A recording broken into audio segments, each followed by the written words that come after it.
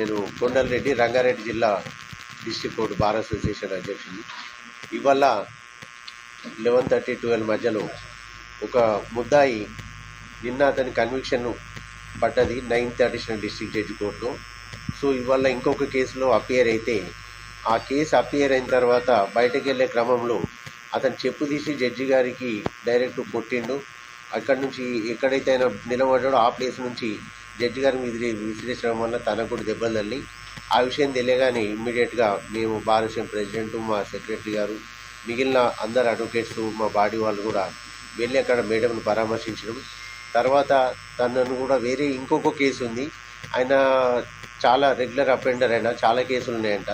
ఆయన already convicted, జైల్లోనే ఉన్నాడు, కన్విక్టెడ్ అక్యూజ్డ్ అయినా. సో అలాంటి వ్యక్తిని పోలీసులు కూడా వచ్చిన ఎవరైతే ప్రొటెక్షన్ వాళ్ళు ఎస్కార్ట్ పోలీసులు ఉంటారు వారు కనీసం కూడా జడ్జి గారి మీద దాడి జరిగిన తర్వాత కూడా ఎలాంటి చర్యలు తీసుకోకుండా తనని తీసుకొని ఇంకొక కోర్టులో కూడా అప్పేరెన్స్ తీసుకెళ్లారు. ఆ క్రమంలో మేము అతను తీసుకొచ్చి పోలీసు వాళ్ళకి అప్పయిపోయిన తర్వాత తీసుకెళ్లారు. తన మీద కేసు కూడా ఆల్రెడీ రిజిస్టర్ చేయడానికి పోలీసు వారికి రిప్రజెంటేషన్ ఇచ్చిన డీసీపీ గారు కూడా వచ్చారు. అతన్ని తీవ్రంగా కఠినంగా శిక్షించాలి. అతను రెగ్యులర్ కేసెస్ చాలా ఉంటాయి.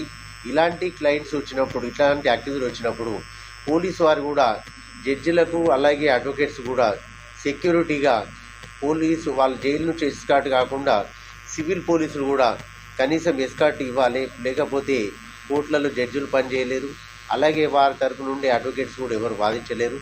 దీన్ని మేము న్యాయవాదులందరం కూడా తీవ్రంగా ముక్తకంఠంతో ఖండిస్తున్నాము. దీని సందర్భంగా దీనికి నిరసనగా న్యాయమూర్తి మీద జరిగిన దాడికి నిరసనగా రేపు తెలంగాణ వ్యాప్తంగా అన్ని బార్ అసోసియేషన్లు కూడా బాయ్కాట్ చేయడానికి పిలుపునియడం జరుగుతుంది. ది ఫెడరేషన్ అసోసియేషన్ అధ్యక్షునిగా కూడా నేను ఉన్నాను.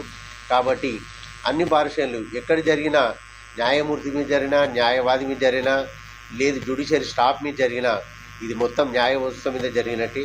ఇవాళ ఒక దుర్దినంగా భావించవచ్చు. ఒక మహిళా జడ్జి అని కూడా చూడకుండా ఒక అక్యూజ్డ్ కరణ్ సింగ్ అట అతని పేరు, తనని తీవ్రంగా శిక్షించాలి. అతనికి ఈ కేసులో మాత్రము మరణశిక్ష విధించాలి. ఇలాంటి అక్యూజ్డ్ ఎవడని చేస్తే మాత్రము న్యాయవాదులు, న్యాయమూర్తులు కూడా తిరిగి వాళ్ళకి తగిన బుద్ధి చెప్తారని తీవ్రంగా హెచ్చరిస్తారు.